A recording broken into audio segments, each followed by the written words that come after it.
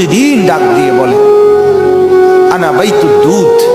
প্রত্যেকের কবর প্রত্যেককে ডেকে বলে, ও আল্লাহর বান্দা, জানো আমি পোকামাকড়ের ঘর, পোকামাকড়ের ঘর।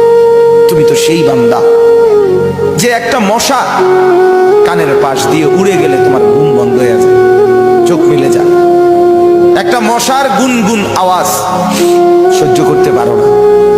একবার কয়েল, একবার অ্যারোসল, একবার মশারি, এরপরেও তুমি চাও যে একটা মশাও যেন আমার কানের কাছে গুনগুন না করে।